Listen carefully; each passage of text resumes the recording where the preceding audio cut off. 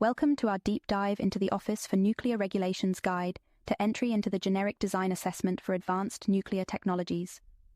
Today, we're unpacking the intricacies of the GDA process and what it means for the future of nuclear power in Great Britain. Right, I've been hearing a lot about this GDA lately. Could you walk me through what exactly it entails? Absolutely.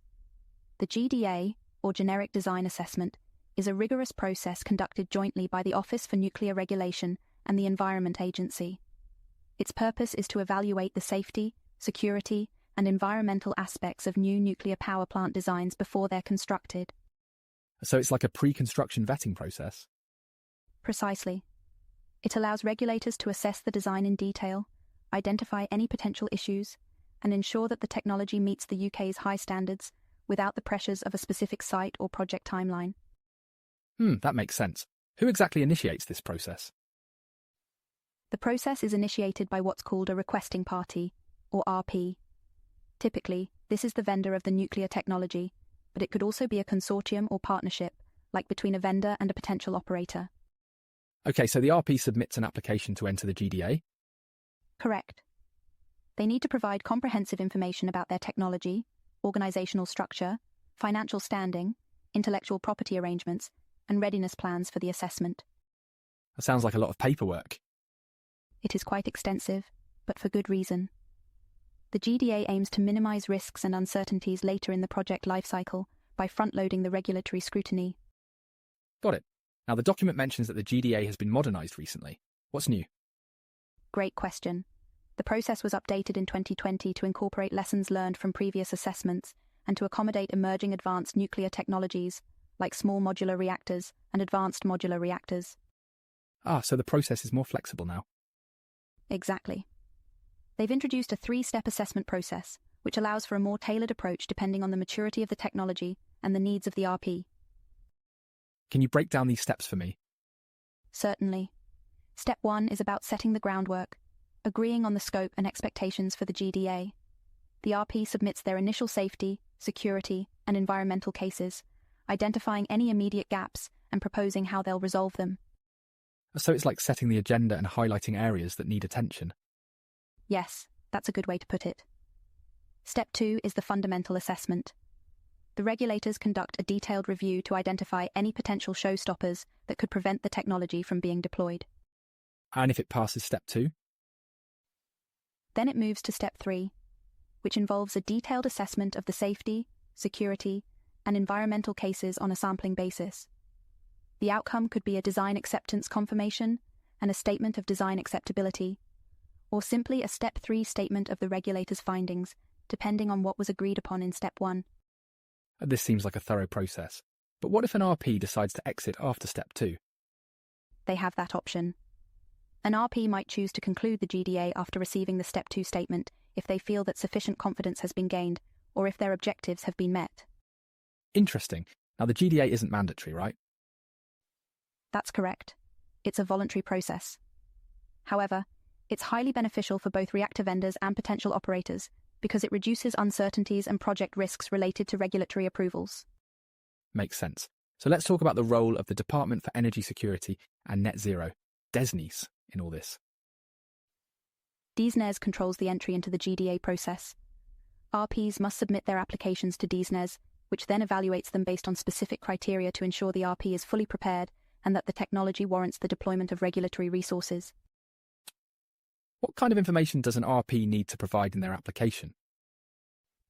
They need to supply details about their organisational structure and governance, financial standing, intellectual property arrangements, a technology overview, and readiness plans, including programme, resource, finance, and security plans. And that's quite comprehensive. I imagine they also need to declare their eligibility and good faith. Exactly. They must sign declarations confirming they meet the eligibility criteria, such as being a registered company without certain convictions, and that they are applying in good faith, acknowledging their responsibilities in the GDA process. And what if multiple RPs apply at the same time? If the demand exceeds available regulatory resources, DESNES may request additional information or set out a more competitive application process. They might even temporarily suspend the open application process. So it's crucial for RPs to be timely and thorough in their submissions. Absolutely. The quality and completeness of the application can significantly impact the chances of being admitted into the GDA process. Let's touch on the financial aspect. How does cost recovery work in this context? Under the cost recovery agreements, RPs are responsible for covering the costs incurred by the regulators during the GDA. This includes costs even if the RP withdraws prematurely from the process. And that certainly adds a layer of commitment. It does. It's designed to ensure that RPs are serious about proceeding and to prevent wastage of regulatory resources. Now, you mentioned intellectual property arrangements earlier. How is IP handled in the GDA?